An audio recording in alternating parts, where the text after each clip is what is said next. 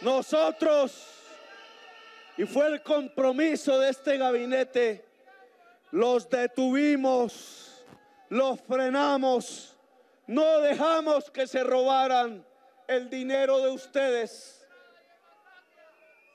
Pero ¿qué pasará si el procurador logra tener éxito y los hombres y mujeres que aquí al frente están y que lograron detener el cartel de la contratación se van?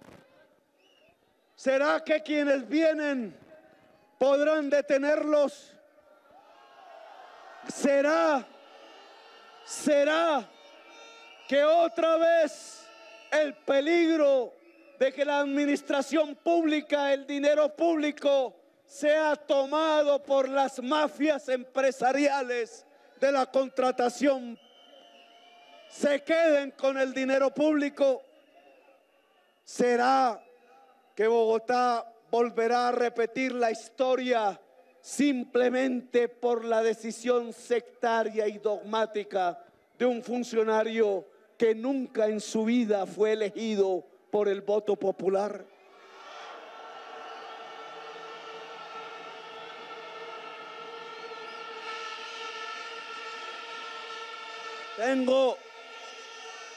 Tengo temores. Cualquiera que sea el desarrollo de los acontecimientos, le pido a la ciudadanía bogotana, a la que está aquí con nosotros y a la que no está con nosotros, que se atreva a cuidar el dinero público, que no deje que un nuevo cartel de la contratación o el mismo viejo se tome este Palacio Líbano, que no permita que de nuevo congelen la esperanza del metro, de los tranvías, de un transporte público más decente, del rescate de la salud y de los hospitales de la ciudad de Bogotá.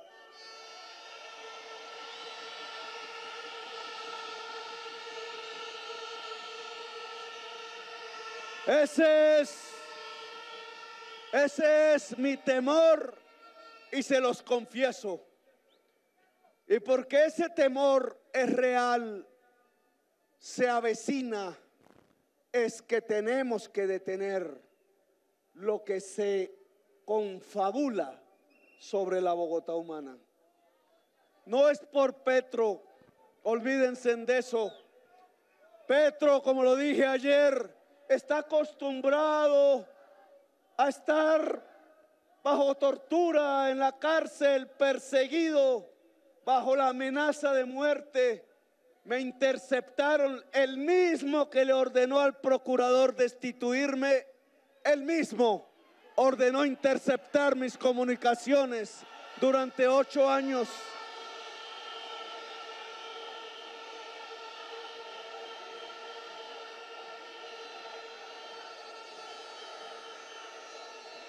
El problema no es mío, el problema es de Bogotá. Y así quiero que se comprenda, que la ciudadanía entienda que esta lucha aquí no es de unos cuantos izquierdistas. Yo soy de izquierda, pero no es solamente eso.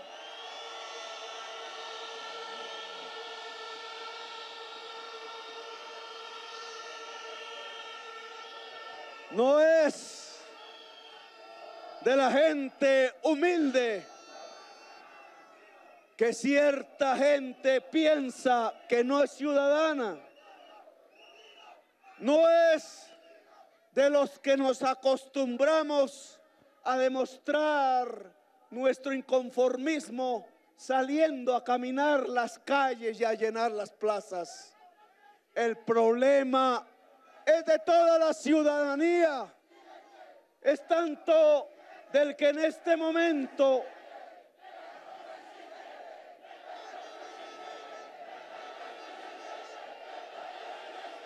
otro día.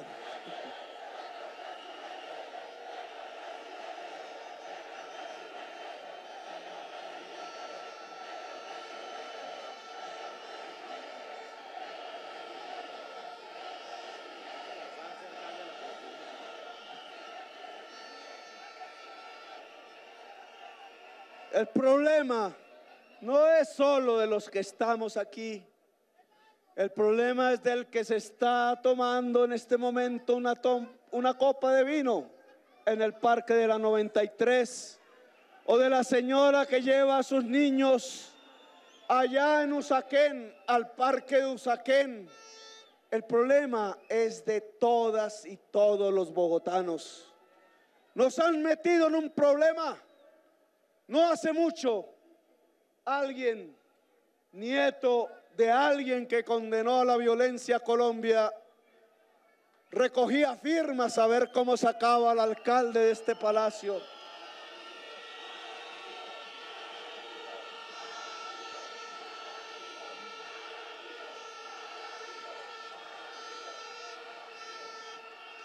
Esos que firmaron de buena fe, porque muchas firmas sí que había de mala fe, pero aquellos que firmaron de buena fe también tienen este mismo problema. Han puesto el gobierno de Bogotá en la interinidad después de la catástrofe del cartel de la contratación. ¿A quién se le hubiera ocurrido tamaño despropósito? Porque hubieran podido, como es lógico en una democracia, que sectores ciudadanos se opongan a la política pública de la alcaldía, o la discutan o la controviertan. De eso se trata. Y en estos 2 años sí que generamos debate público, porque nos encantaba una ciudadanía a favor o en contra, alrededor de debatir las cosas comunes, el futuro común. Pero tanto ellos, los que se oponían, como quienes nos acompañaban, como quienes no tenían una opinión al respecto, ahora todos y todas somos víctimas. Porque es indudable que la ciudad de Bogotá, si se aplica la sentencia del procurador, entra en una crisis de gobernabilidad.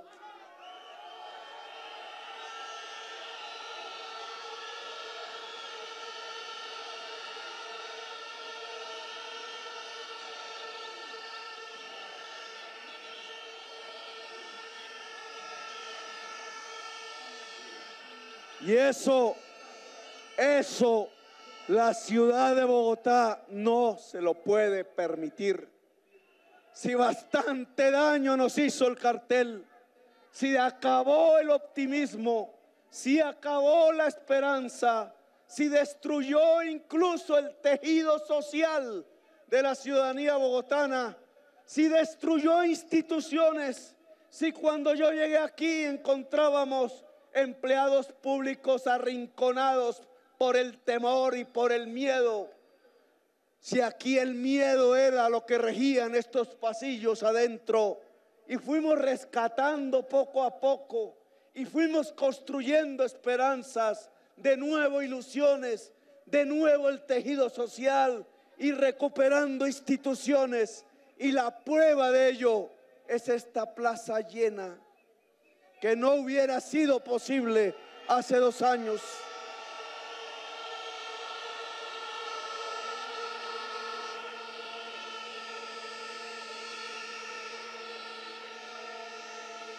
¿Cómo será? ¿Cómo será entonces el futuro inmediato de Bogotá si nos destruyen de nuevo la gobernabilidad democrática y transparente? Por eso no estamos aquí para pelear por Petro. Estamos aquí para pelear por ustedes, por la ciudad.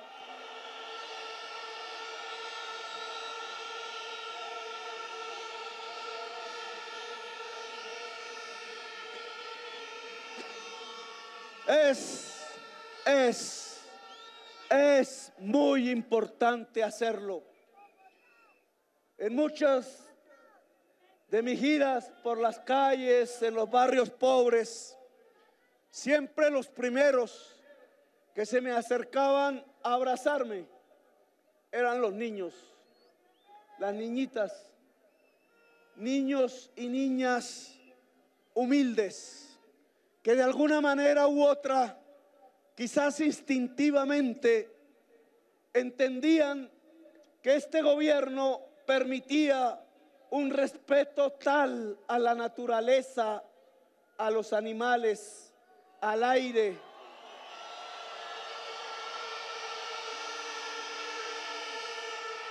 a la educación,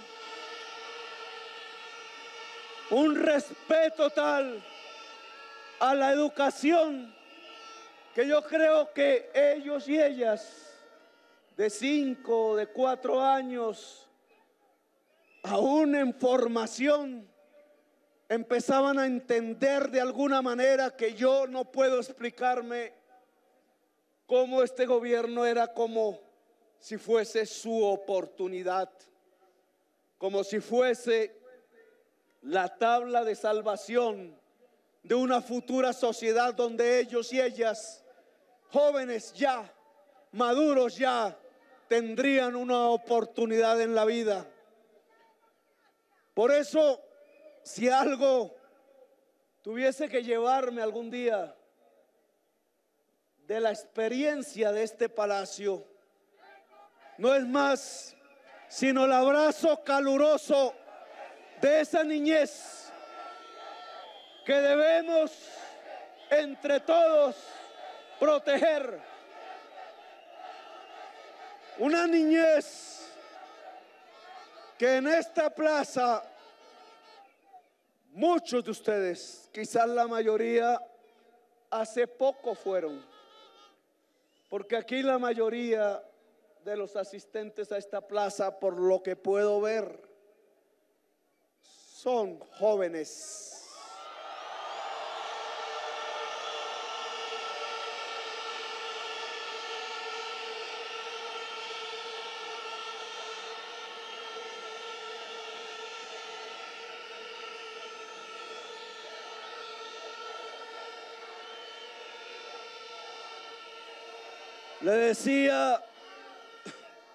Le decía al procurador personalmente, le decía al presidente de la República personalmente, que algo que me preocupaba profundamente de la situación que estábamos viviendo era el mensaje que se le podía entregar a ustedes, los jóvenes. Alguna vez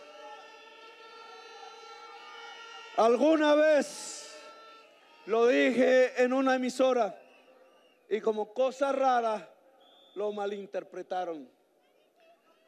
Porque dije en esa emisora, se lo dije al procurador, se lo dije al presidente, cuando yo era joven, casi lo soy todavía, relativamente joven. Cuando era más joven, y hace poco me mandó saludos un profesor que tenía en 6º bachillerato, decíamos nosotros. Yo estudiaba en colegio público de curas. Y el único cura joven, porque todos eran viejísimos, era mi profesor de filosofía, el profesor Medina, que fue el que me abrió la mente a las ideas. Hace poco volvió a encontrársela a alguien por acá y a mandar saludos, está vivo. Saludos, profesor Medina, espero que haya sido responsable con su educación.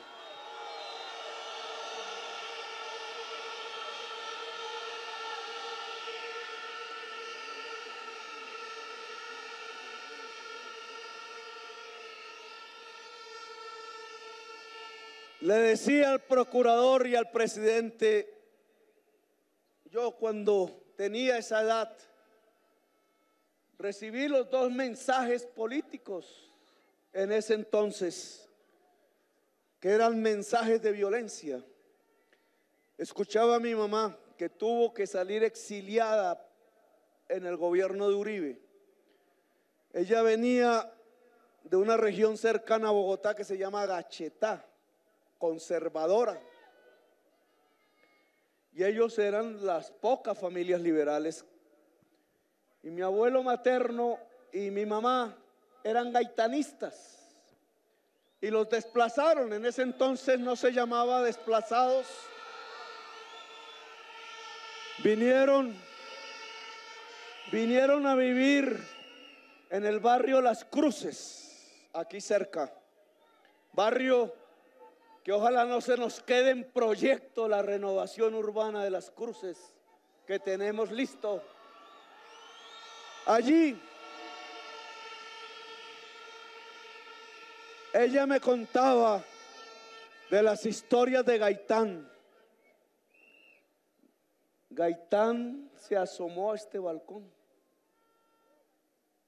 ¿O no, Jaramillo, usted que es de esa época? Casi. Gaitán hablaba desde aquí. Yo no me quiero comparar con Gaitán, sino que quiero que aprendamos de esa historia. Ella me enseñó de lo que pasó en ese entonces, de cómo tuvieron que salir corriendo allá de ese pueblo y venir aquí como desplazados. Y después yo mismo vi el fraude electoral del 70 en Colombia. Y vi, mayor ya, 13 años de edad, cómo bombardeaban el palacio del presidente Salvador Allende.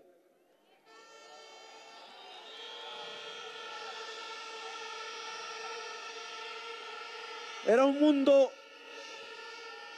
mundo diferente. Era un mundo en donde existía el poder soviético, donde gobernaba Mao Zedong, donde las revoluciones avanzaban incluso sobre América Latina, donde para defenderse de las revoluciones obreras y campesinas, las oligarquías latinoamericanas le apostaban a las dictaduras sanguinarias. En esa época de joven yo viví la época de Turbay, cuando los camiones a las 5 de la mañana cargados de soldados paseaban por los pueblos y por los barrios de Bogotá, allanando las casas de quienes consideraban eran enemigos subversivos por el presidente de la República.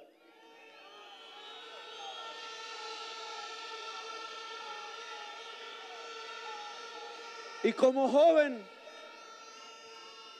bombardeado por esos hechos de la vida, de la humanidad, pensé que no era posible una transformación pacífica,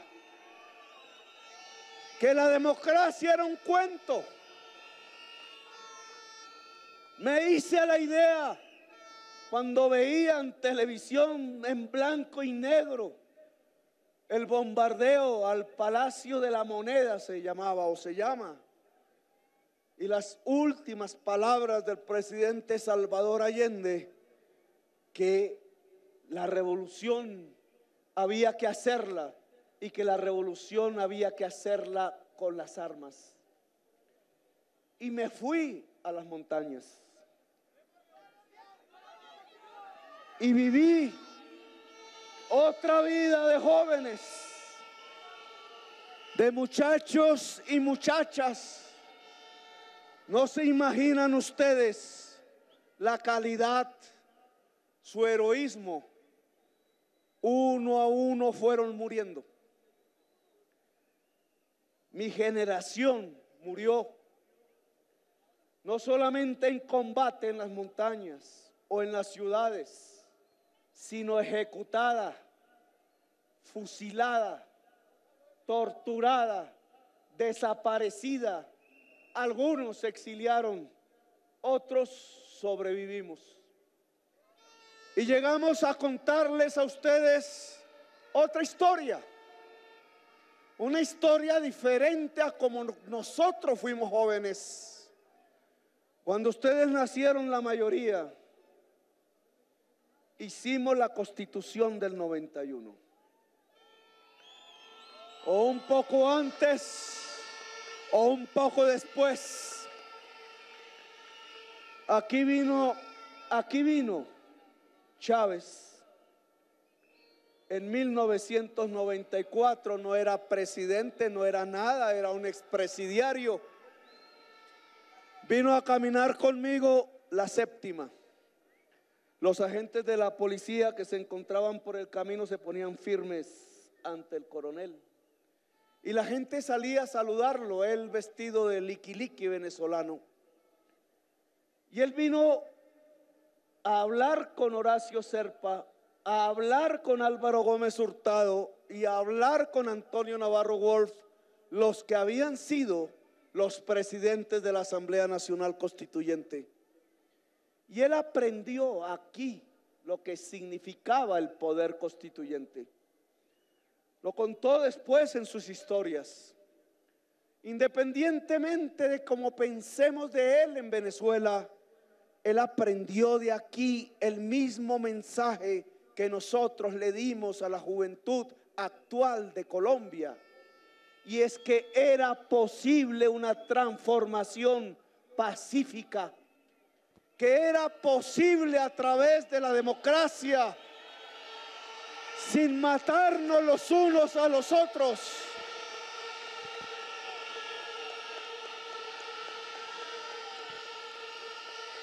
El cambio de Colombia, mal que bien, en Venezuela no se matan por la política. Mal que bien, cualquiera que sean sus desarrollos futuros, sus hechos reales, aprendieron el mensaje de que unos y otros deben entenderse.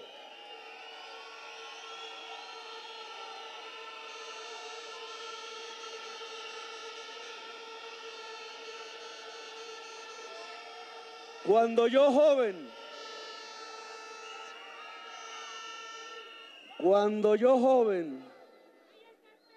de 30 años todavía, 1989, flaco, cansado y con ilusiones, dejábamos la violencia de discusiones entre nosotros, todos jóvenes, la mayoría, porque Pizarro era un joven. Pensábamos en cuál y cómo podría ser el camino de una transformación profunda de Colombia sin matarnos los unos a los otros. Cuando discutíamos esto con la FARC, que en ese entonces no nos entendió, cuando discutíamos con los movimientos armados de América Latina, el Frente Sandinista, el Frente Farabundo, la UNG guatemalteca, cuando dialogábamos con los movimientos armados africanos, con los cubanos que combatían en Mozambique y Angola, con los africanos que combatían en el Congreso Nacional Africano de Mandela, con los africanos que combatían árabes ellos de lengua española en la República del Sahara Occidental, el Frente Polisario. Estas ideas de dejar de pensar que las armas constituían la base única y fundamental de la revolución y que se podía transformar pacíficamente una sociedad. Al principio algunos nos dijeron traidores, otros nos dijeron cobardes, otros nos fueron entendiendo. Y el temor que hoy tengo es que 20 años después de esos hechos, cuando efectivamente casi toda América Latina abandonó la dictadura, abandonó la violencia, abandonó las armas, cuando toda casi América Latina transforma pacíficamente sus sociedades, cuando el África nos da lecciones de entendimiento, otra vez un mensaje de violencia como el que yo recibí vuelva a afectar el corazón, la mente y las ideas de los jóvenes de hoy. Le decía al procurador, porque se lo dije personalmente y se lo dije al presidente de la República. Quizás ustedes dos no puedan entender qué pasa en la mente de un joven popular, qué pasa en el muchacho o en la muchacha que estando en el 11º grado no tiene probabilidad de entrar a una universidad pública.